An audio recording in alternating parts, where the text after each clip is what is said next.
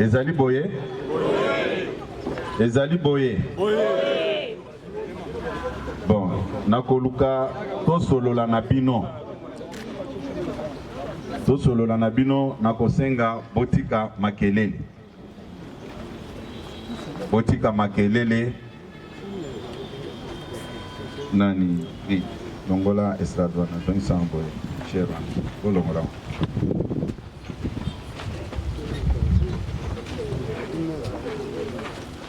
Ya liboso nakoyebisa bino boye. Parti o ya biso Union pour la démocratie et le progrès social. Bato basalaki parti oyo bazalaki batu ya motema malamu. Parti oyo basalaki yango avec l'aide de Dieu. Puisque situation toza ko traverser. Soki tozalaka na loboko ya Nzambe te, bele parti ope ezate. Oyo nyonso Nzambe asimbi, mutu wa mokili akoki kokweyisa yango te. Pona nini naza koyebisa bino makambo wana boye? Tango banguna ya peuple congolais babandi koboma bandeko na biso, Monsieur Paul Kagame na armée na ye banvahir Congo, imposer liwa comme mode de vie na viol ya ba ndeko na biso ya est. Babandi koboma bango, batindeli biso batu awa po batendre biso piège. Piège yango ezalaki ndenge nini? Tango bitumbe bandi bomonaki ba chaîne nyonso ya télévision, message ezalaki kaka moko. Pona nini IDPS aza koloba te? Pona nini IDPS aza kosala marche ya soutien à l'endroit ya ba forces armées te na tata mokonzi ya ekolo? Même na kati awa j'étais sous pression pour na céder, mais fort malheureusement pour na bandeko wana Nzambe aza kote na biso. Avantage tozanango yango wana. Nasubisaki pression makasi. Bakotaki côté ya ba structure formelle, informelle. Pona nini secrétaire général aza kolobate? Pona nini tokosala marche à soutenir ba FARDC? Ba mususu ki na sepe na bandai kotuna bango. Est-ce que biso tozalaki en conflit na ba FARDC ou bien en conflit na tata mokonzi ya ekolo? To soutenaka bango mikolo nyonso. Pourquoi cette fois-ci vous voulez qu'on organise des marches? Mutambu ezalaki wana. Après qu'on résistait na biso, résistance wana tosalaki yango avec l'aide de Dieu. Nzambe abandai ko épargner biso na likambo. Po bango moko bayebi mutambo batielaki biso. Babombaki, ba machette, bambeli, biloko nyonso bato lopoto babengaka ba arme blanche. Que soki to projeter manifestation wana pendant la marche, babimisa ba machette, babanda pour s'en prendre na bandeko na biso africain oya Rwanda na ba congolais mususu oto bengaka batuti ba s'en prendre na bango avec des machettes pour montrer que l'IDPS est en train de prôner la violence. Wana, il pouvait nous mettre devant un fait accompli. Mais Dieu merci, tokoyaki na mutambo wana te. Lokola biloko wana esukaki bongo te. Yango bomoni baye kosala mise en scène o basalaki na bandal. Oya batu balati banini bakomi biso brigade. Biso toza parti politique ya non-violence. Oui. Quand nous étions dans l'opposition, on n'a jamais réfléchi un seul instant de recourir à la violence pour accéder au pouvoir. Comment expliquer aujourd'hui, nous sommes au pouvoir où l'impérium est entre les mains de son Excellence, Monsieur le Président de la République, Félix Tshisekedi, qui à ce moment-là, l'IDPS puisse réfléchir encore comment monter une milice, comment recourir à la violence pour sécuriser le pouvoir. C'est du non-sens. Je dis bien que c'est du non-sens. Regardez le scénario. La police était là, en train de s'élever. Et cet individu, cagoulé, fouillait tous les véhicules que nous sommes à la recherche des Rwandais. Police a vendu à Zotalabango. C'était une histoire montée de toutes pièces pour salir IDPS. Toyokani malam. Mais Nzambe na biso aza munene. Nayebisaka ebele na kati na bino. Avantage onga nazana makamboyo. Je ne fais rien sans se référer à Dieu. Même avant Naya Boye, il faut na lobata maloba mibale ya kosenga Nzambe pour apesanga mayele na boanya, puisque moi seul je ne peux rien faire. Biloko nyonso wana, vous devez vous abstenir na ba manipulation. Na yebisa kibino place oyo. Un parti au pouvoir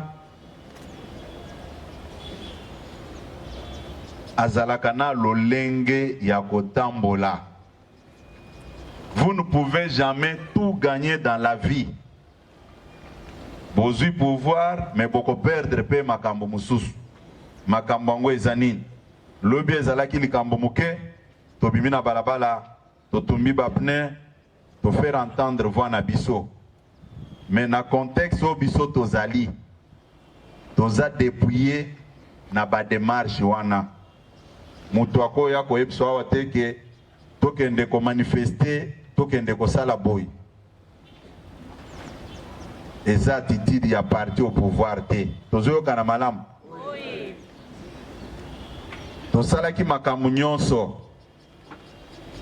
Na tongo na ebi nakati na bino ba mususu ba kolobo ba komio violer liberté d'expression, ba principe démocratique eza violé.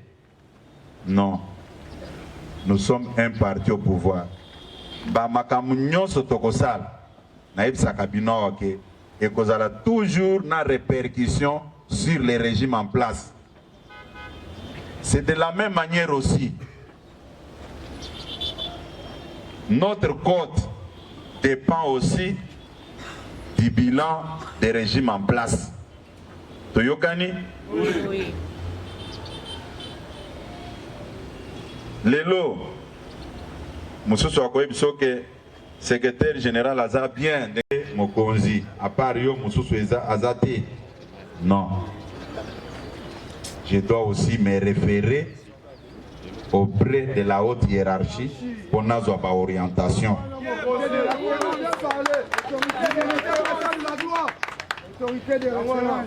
Tenge bozali awa. Botika ba comportement o ezali honoré mokonzi mboka te.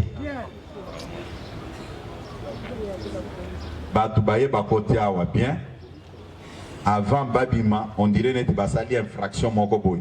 Bokomi ko fouiller bango, ko boto la bango ba téléphone. Police o ezali awa. Soki bo constater loko wana, bo kangelanga batu wana. je doute fort que bazabat na biso IDPS. Ba maman ndenge baza boye, ba komi ko banga, ba musu batuna kinga, mais secrétaire général, soki toye wana tokozonga bien. Na le mama boya mutoko sala bino eloko azate. Na bengaki ba gouverneur na biso. Et j'avais appris même qu'après mon départ, Bamususu Bake, bouton à chemise à Kokatan, et ça nous honore vraiment.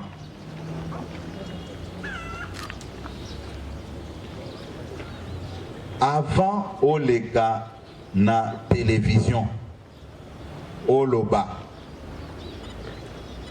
au préalable, référez-vous aux gens qui ont la responsabilité de gestion du parc.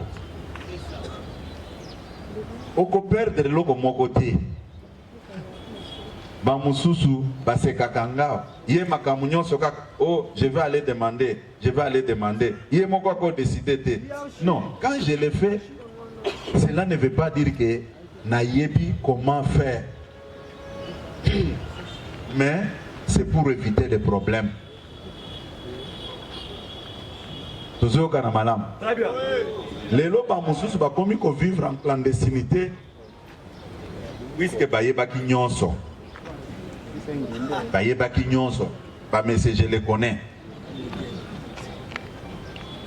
Les lots basés en difficulté. Totika Piloko Wana.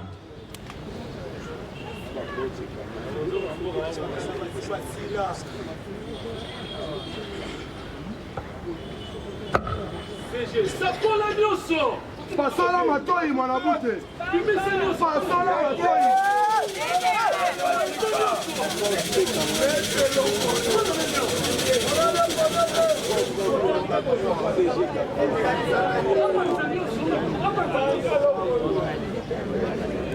IDPS viva. IDPS viva. Nayebisaki binobo. Ceux qui ont cueilli Osengi, ba autorité Nabiso Bavanda. Ce sont des autorités, les conseillers du chef de l'État. Batubako sa bango Valère et Zababino. Ceux qui ont Osengi et Loko, Azanangote. Et c'est l'occasion pour toi de les vilipender dans les réseaux sociaux. Hein? Obandi Kofinga.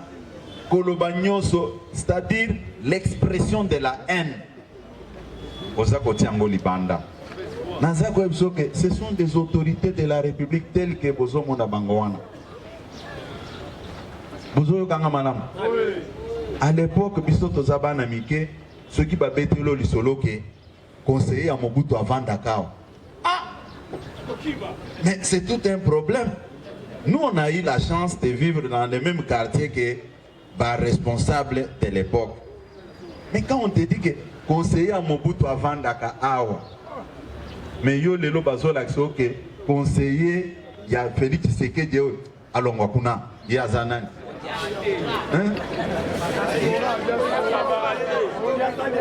Dernièrement, s'il vous plaît, Tozala qui n'a bino na palais du peuple. Toyo Kananam. Conseiller principal Nabiso Maître Moussam, Télémanam. Télémanam, Nicole. Bobe Téléma Bogo Makasi. Asalaki, modération devant un président de la République. S'il vous plaît. Tango Asali, modération naïe devant les chefs de l'État et les membres du gouvernement. Et les chefs des corps, des institutions, Asali, Nayoki Baknyon Sobaza Kokumisaye. Et si Kanga Nazaki wana Nazo Vimba Mapeka Kakake, vraiment il était prêt à Zanaba. Mais Oko Vimba Mote Mateke pour Nanini, puisqu'il avait bien presté, il avait bien fait son travail.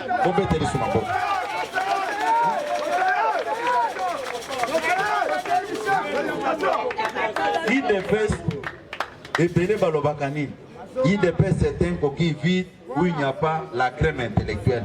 Batu balobaka biloko wana à partir ya comportement na bino moko. Hein? Et puis ba mususu ba komaya koloba non, asa mutu ayi de peste, asa oh oh. Et comme kaza mutu ayi de peste. Ani ko ebisa bino boy.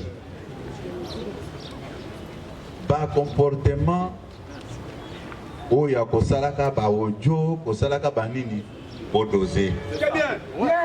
Faut ebele ba ko répondre na ba makamu na bango. Oui, c'est correct.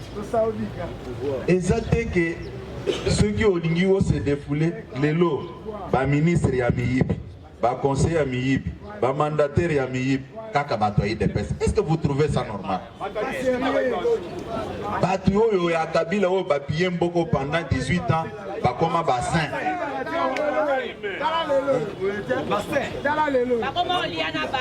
Biloko wana naza koyebisa bino loko mosusu.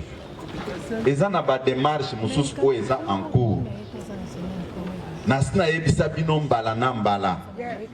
À chaque moment oyo IDPS esalaka bloc na batu mosusu ya ba parti politique mosusu, turbulence ekotaka na IDPS na ndenga mokete. Na lobby na yebi nini naza koloba. Non, eza erreur na bangote lokoso. Lokoso. Yo, tant on a ça pour insister, surtout bino bande konanga ba parlementaire. Mission ya parlement debout et yebani. Mais lelo e koma na tongo. Babengio okena na biro a motsongolo pakala ozimbongo. Allez, yo zoya pona ko orienter batu au bosani et komi bamba solo mususu. Naza ko yebisa bino boy. Kosala kitetite. Bozonga na baselil na bino.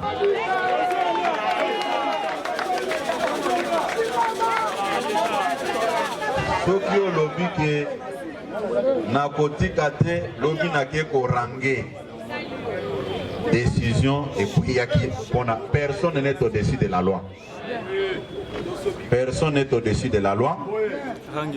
Ceux qui ont bimi na yo ozana malchance balokoti yo etalingate obenga ngate kala elinge comme oh kabuya komo kangisa ba combattant kabuya azana pouvoir ya kobengsa ba responsable nyonso awa denge tozali boy naza ko insister à partir ya lobi à partir ya boutoir.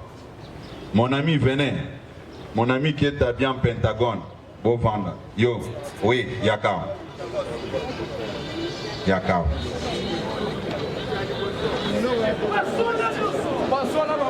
Eh, Lord. Eh, ngai moko na bengi atindi yote. Kende ko vanda bo. Yakao.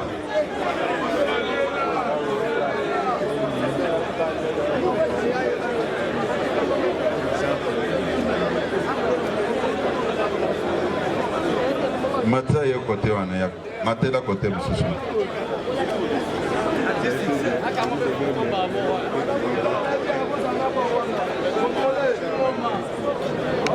Nazo vivre net un prisonnier. Na bien bon.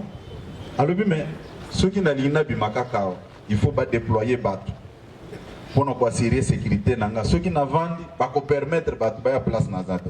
D'un côté, il a le pouvoir, de l'autre côté peut ba mususu bazomona mabe puisque azana bango ndenga zakite. Et lo kone na yebisa bino place wa. Kala to bando bima wakaka oh banleve il bosso permanence. Est-ce bilo kongwe ça le magalisus? Puisque vous avez le pouvoir. Mais il faut aussi koyeba comment est-ce que toko se comporter vis-à-vis na pouvoir wa. Lelo biso batu ya IDPS. To choisir cadre oyo eza très dangereux, très risquant pour Nabiso. Cadre nini toponi, cadre y a pas déclaration, il y a pas réseaux sociaux, comme ça là-bas, faux témoignage. Et quand nous voulons parler, on ne tient même pas compte de ce qui peut nous arriver demain. Bande Konabiso, pas parlementaire debout. Est-ce que réellement les lots, beaucoup vendent pour le but que Parlement debout, mission nango, oyo, basale lango, ndeo biso les lots tozali kosala. Un parlementaire debout, les lots, obimi pensa boyomi touti mbata na tolo lobi, j'ai fait correctement le travail oyo ba prédécesseur na biso babandai kosala. Les lois parlementaires debout de l'IDPS, quand il ouvre sa bouche pour parler, c'est catastrophique. Il ne sait même pas ce qu'il dit.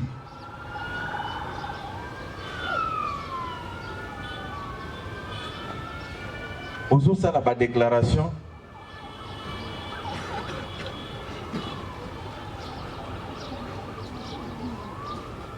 Ozo ça la déclaration. Oyebi conséquences nangote.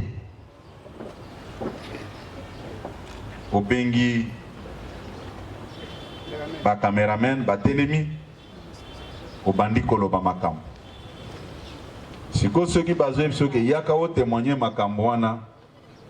Okomi oloba o ebite kana razo lukanga. Oh, yo sali ba révélation ya malam. Mais ozo banga ni biloko wana esila na kati na bino. C'est raison pour laquelle décision oyebimi au santé tété Moutouaï de Pes à Koyoka Yango. Plus question. Yakote le maka lissus na bakouin kosala ba déclaration. Si vous voulez parler de la politique, vous êtes membre d'un parti politique, kende na selil na yo.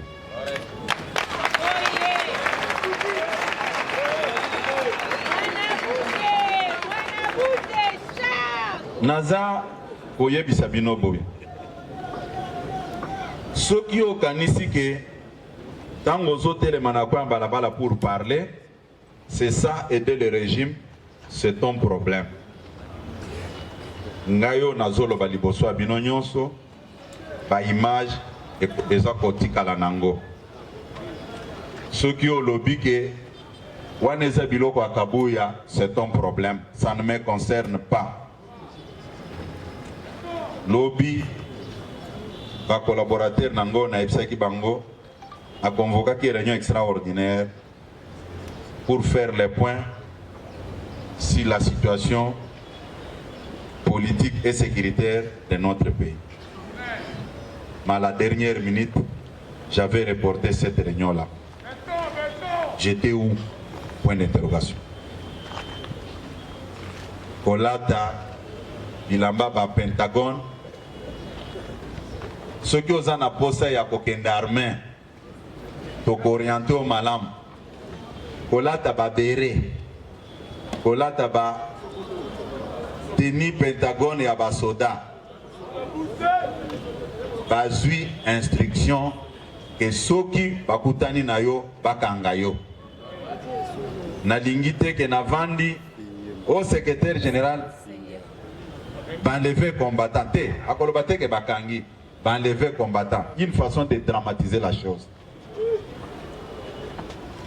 Oh, ngai nazawa nazo range. Soki okei, bazuyo obengangate. Puisque moi-même j'avais pris part à cette réunion. Tango baza ko instruire bango nazalaki wana. Nazako yebisa bino yango. Bozonga na baselil na bino.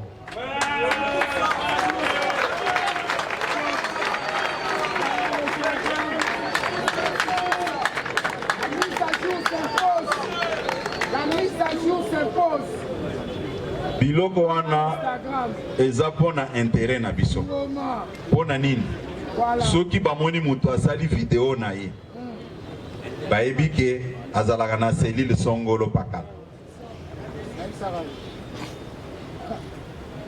politique ya ba élément contrôlé esilaki lobi na 14h.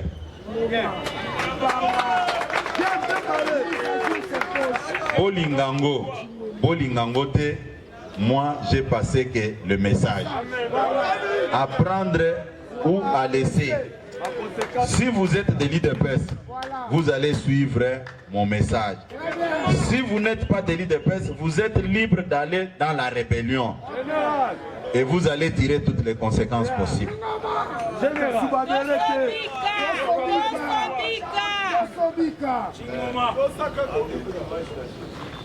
Naza koyebisa bino boy ba responsable ya ba service de sécurité na ya la police baza déjà instruit et soki bamoni biloko na oti kotangela bino bakanga yangolobi bomonaki ministre Nabiso, vice-premier ministre, ministre de l'Intérieur, à l'écart ici les antennes de la RTNC. Si Moko a outil na de pesa, si Moko a épiqué, bah tu as eu des pes, totel le magana babalaba. Mais il a parlé. C'est comme ça que ngape na tour nangai, na ye panabino, pona boyeb sabino makamboa. Na yokaki, bande konanga mususu.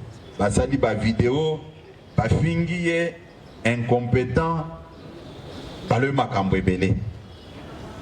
Bandeko bazolo bana, bazo vanda à des milliers de kilomètres.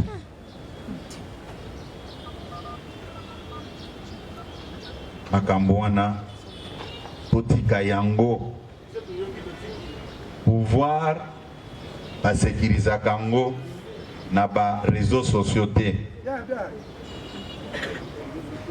ezana ndeko moko ebele ba correspondre de leurs actes puisque na lobaki yangwao ebele ba bande koyoka te mususu comme d'habitude asali vidéo na ye ayebisaki bino place oyo et ngai na DG ya INPP toyibi mbongo 3,5 millions.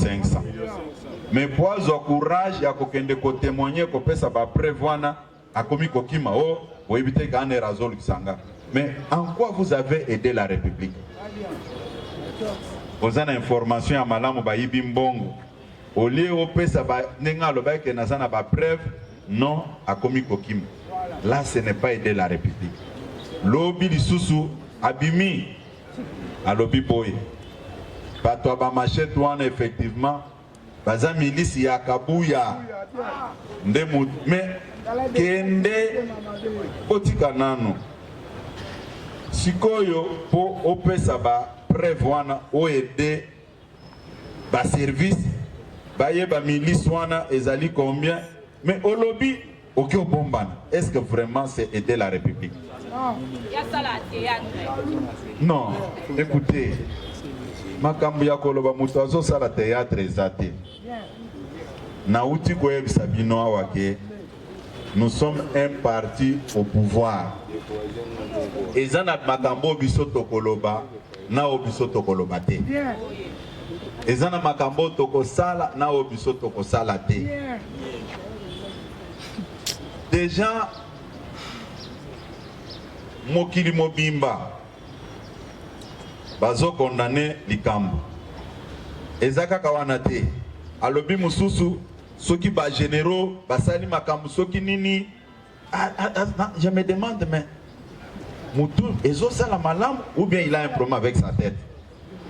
Malgré ça je vous informe baninga na ye baye bisaye bakosele loko moko te mais il faut coûte que coûte à aider justice ya mboka bayeba makambo wana naza koyebisa bino yango ba vidéo ango asala ka po esuka kaka na bato yi DPS te ba vidéo ango basala kango pona esionner monde mobimba toyokani malamu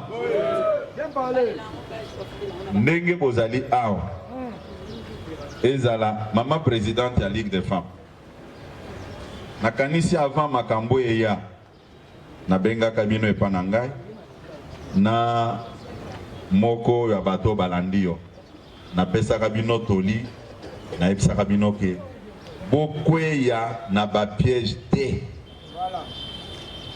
bokweya na bapiège te charge oyo tomemi eza makasi de la même manière nabengaki mpe bandeko na biso ya Ligue des jeunes bango kutu balingaki basala makambo na bango na lombango napekisaka bango na lobi botikelanga temps même ndenge toza boye je ne suis pas un électron libre nayebisaka bino yango chaque fois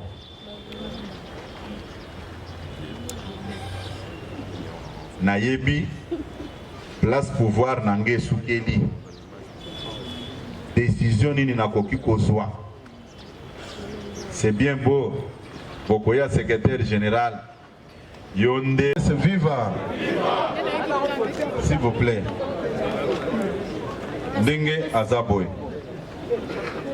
bapekisi kolata bapentagono bilambo ezokende nemona ya basoda me ye alati yango a cause ya ye mutu moko bakoloba bozopekisa biso na ndenge nini bato ya IDPS bazolata yango nalobi boye bakonzi ya la police bakolanda ba video biso totosi makambo nyonso ya mokonzi ya mboka na ba responsable ba collaborateur na ye totosi yango puisque nga na sali yango te ngane na kozala toujours fautif toyokani elamba na yoyo kende kolongola toyokani il faut prêcher par l'exemple que biso bato ya IDPS nasi nayebisa bino awa kozala na discours te kende kovanda s'il vous plaît nasi nayebisa bino awa ke boyeba nini ezobima na munoko na bino na nini ekoki kobima te ndenge tozali awa mutu avandi kuna na poto mususu aza na Canada na États-Unis abengi yo ayebisi yo sala déclaration boy alobi azotindelo $200 €200 ozoyeba te ke oza s'exposer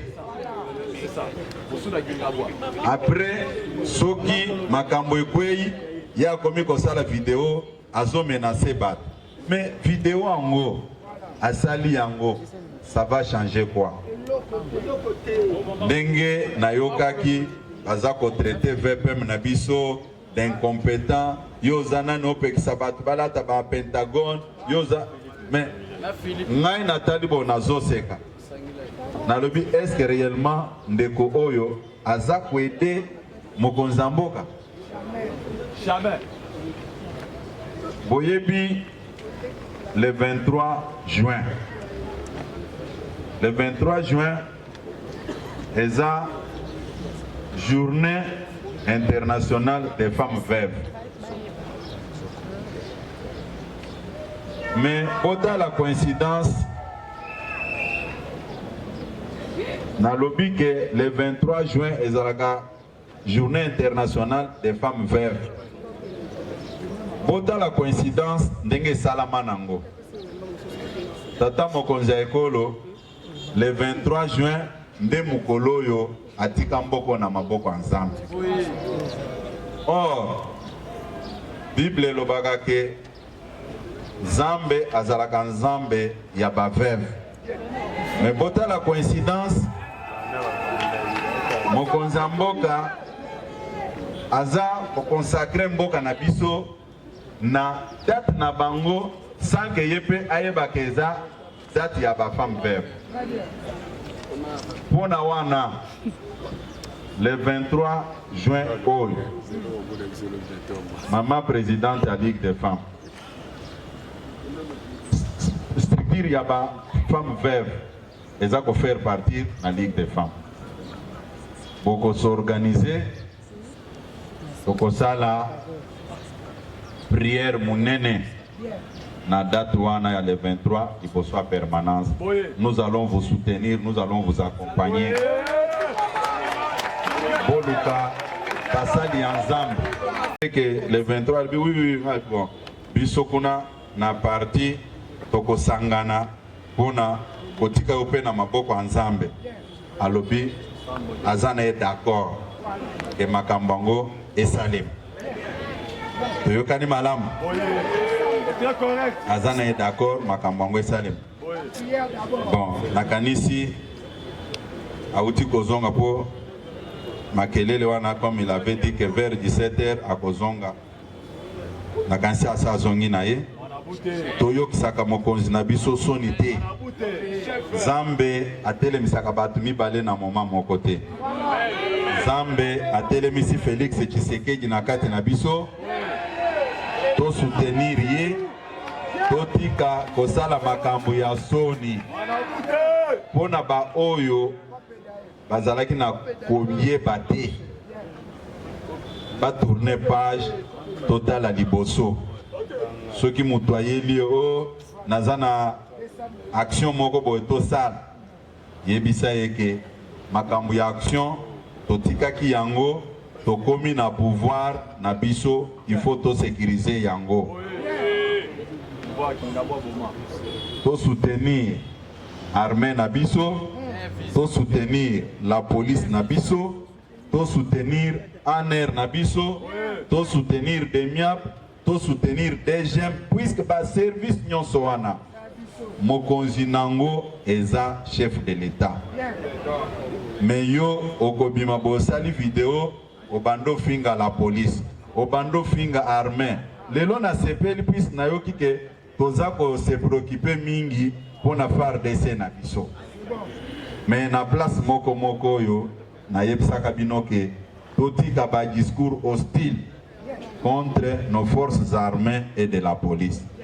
Toyokani, si vous vous rappelez très bien, en 2020, tango première vague ya Covid et yak, na zwaki batu baye kopé sangaton, ya ba désinfectant, na ba biscuit na nini, na ba savon, na salaki nini, na kendaka na ba camp militaire, na kendaka na camp Kokolo, pe na camp Mobutu awa. Quand o police ezali na quand o ba FARDC bazali na kendaka kopesa bango babiloko nyonso wana puisque batu wana namonaka bango na valeur mingi tango biso tolali na bandako batu wana baza ko se sacrifier pour na biso. Ces gens-là méritent une considération de notre part. Mutu azo tika mwasi nena ban azui mundu alobi azo kendo kufa pona biso.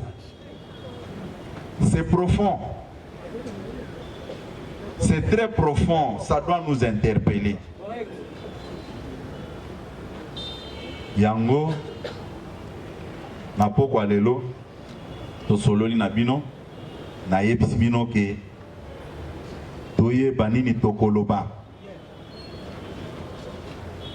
batu oyo basalaki ba déclaration na bango o ba prometaki ba rwande liwa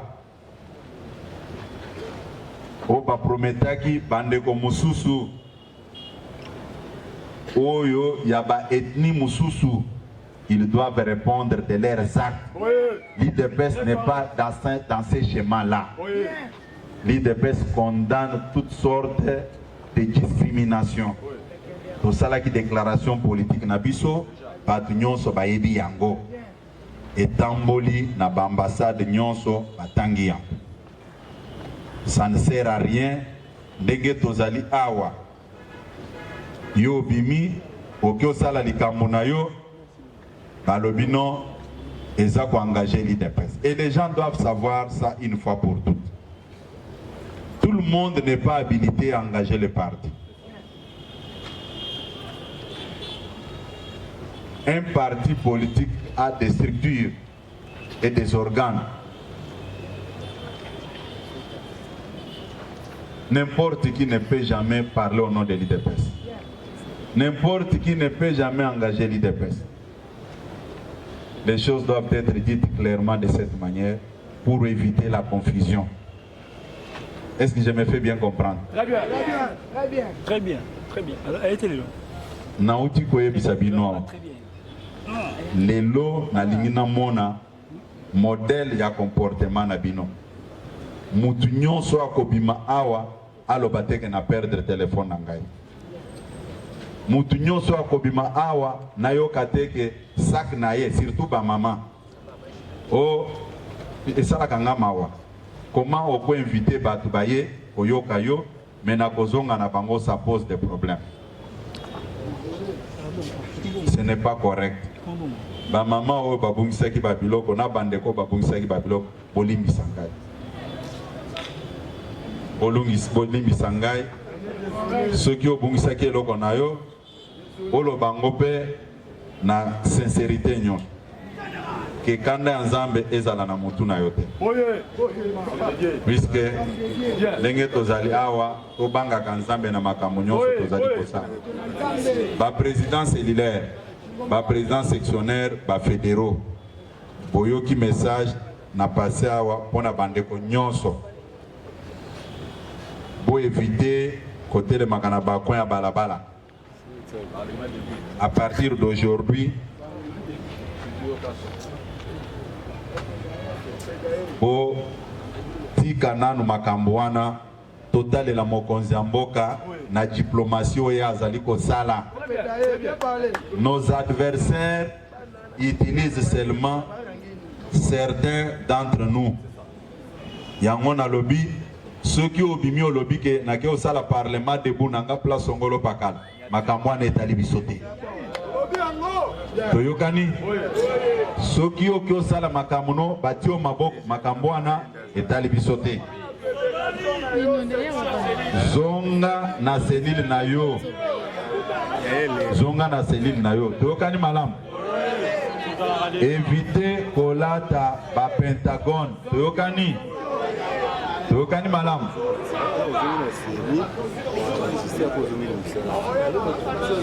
Qui reste Zambe apambola bino na ndenge boyaki pona kosolola. Bozonga na kinyo. Noso bapanzi sango. Voilà comment les lots outil na communication et c'est Kapuya par rapport d'abord à la liste politique pour ça par rapport à message aussi. Non, c'est un message de l'air. Yende on va rebenga kasomi ya libota numéro 1 à parti. À fixer opinion, orientation au regard ya batension o eza koleka na mboka pendant cette période. Par rapport au ministre de l'Intérieur, il y a elateli ya bilambo ekokani na basoda, ekokani na ba policier, nyonso za lokola Sokoto, tokola tate. Et puis pour des raisons sécuritaires, à quelque décidé était parlement debout pour le moment. Motonioso azonga nanu na selil na ye. Ba suspendre yango. Biso pe lokola ba communicateur. Tondimi yango, mais pour la biso esui biso te. Tous les gars déjà, na télévision, na radio, na scène, nous sommes tous les jours en train de défendre la vision du président de la République. Ce n'est pas que totem pembeni à quoi boende to défendre yango. Deuxième élément, to éviter ba vidéo où ezali ko amener ba tribalisme, appel à la violence, à la tuerie, chasse à l'homme. Biso tozana etumba na Rwanda comme état.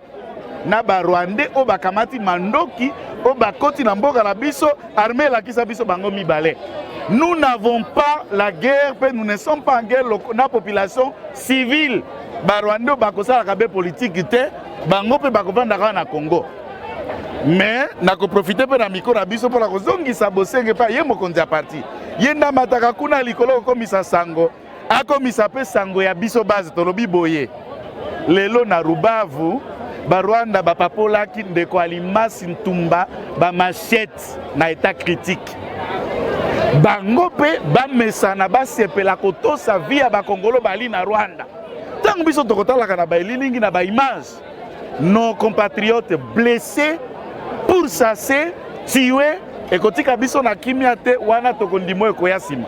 Yango tosengi ya faire passer message na biso, ba Rwandais ba respecter ba Congolo bali kuna. Biso to bimboka na biso te. Biso toke ko agresser bango pete. Bango ba yepa na biso mais ba Congomani wana na carte même de résidence que Sakina a pu montrer à sa résidente à Lubavu régulièrement. Mais ba papolier machin to loko abempu. Tant ba Congomani ba komona, ba ko sepela te. Biso tolobi violence te. Mais tolobi réciprocité pesanga katepo to sengeri to mitosa. Pe président de la République a salete banyarwanda bato sabiso.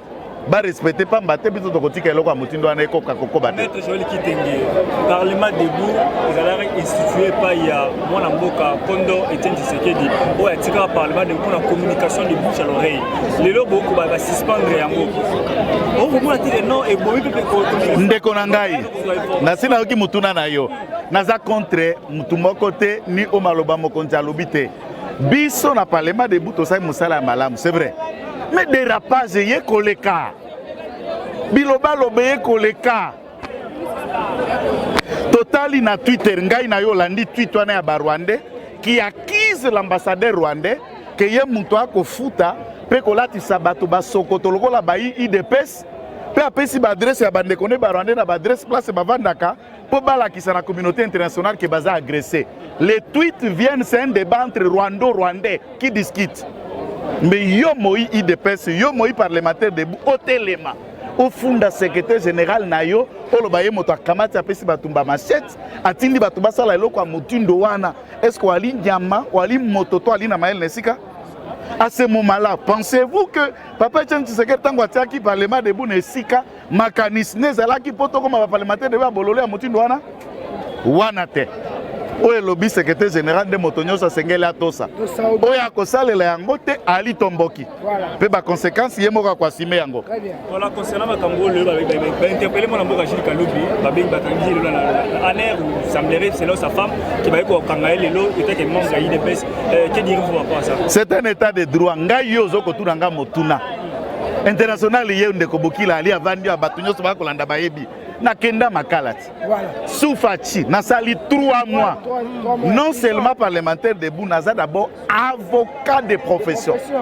Na moto ya o ya boy avocat de profession. Nakenda makalate, na laki na na bolo. Oya zana sima oya, laki na ngana bolo. Na makala.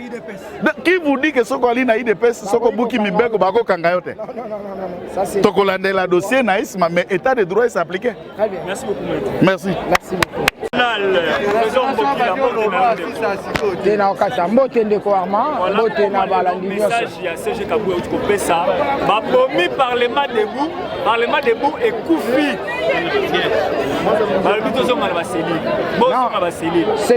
c'est tout à fait normal parce que ndenge to utiko landa biso nyoso il y a eu des rapages et les parlementaires debout to kenda qui ont objectif au basaler la parlement debout parce que eza phénomène au ezalaki ko communiquer ba information réelle de bouche à l'oreille pour na ko faciliter bandeko balanda gite ba ko kolanda mais yo ko zwa ba intox ko zala diaboliser na ba bazo bundisa pouvoir na biso pour ya ko critiquer siko yo vandi la place nango ezate na IDPS. Le secrétaire général l'a bien dit, alobi pour des raisons sécuritaires. Pour des raisons sécuritaires, aujourd'hui, les gens accusent l'IDPS. Les gens accusent l'IDPS d'une manière arbitraire, que l'IDPS a sali milice. Or, au contraire, nous avons milité pendant 7 ans. Na Otobengi, na opposition non armée, connue de tous. Mais aujourd'hui, nous avons vu des images. Vous avez vu les images balancées sur les réseaux sociaux. Moutalati Kagoul, il y a Pentagone. Est-ce que na IDPS tozarana tenu à Pentagone? Na IDPS tozarana brigadité.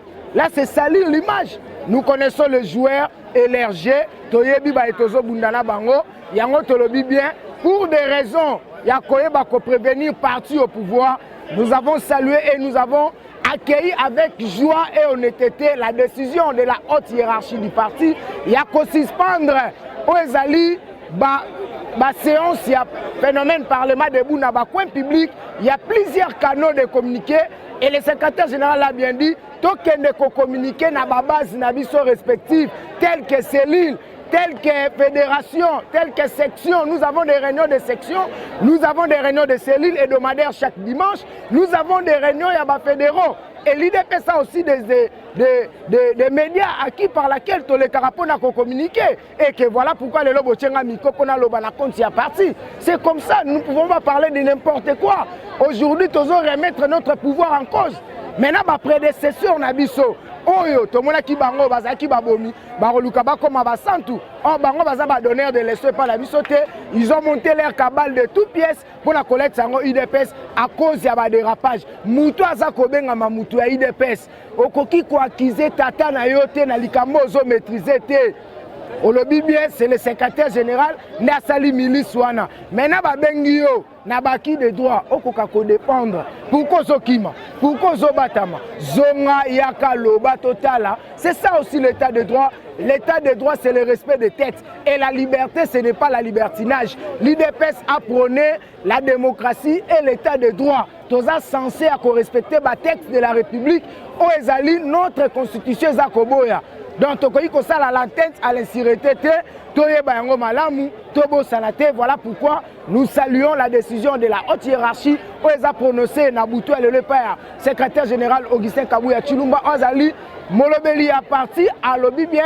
Babylone quoi phénomène parlement debout est suspendu pe abendi biso ba parlementaire debout pe ba combattant IDPS combattants sympathisants tolongwa na kolata ba indice militaire manière ezaka kate ko soutenir FARDC sokola tie lamba na losambo na koyeba ko kabela bango na koyeba ko accompagner bango pe ko sala ba don volontaire voilà eloko biso tondimi pe tozali ko benga na mokili ke le 23 ba femme veuve ya IDPS bakosa la prière, il y a action de grâce pour la cobonne na baï et par des sénabiso et boni pete kozanga kotika mokonzamboka entre la main du Seigneur. Voilà on a la koye koloba liboso ya micro na bino. Merci beaucoup.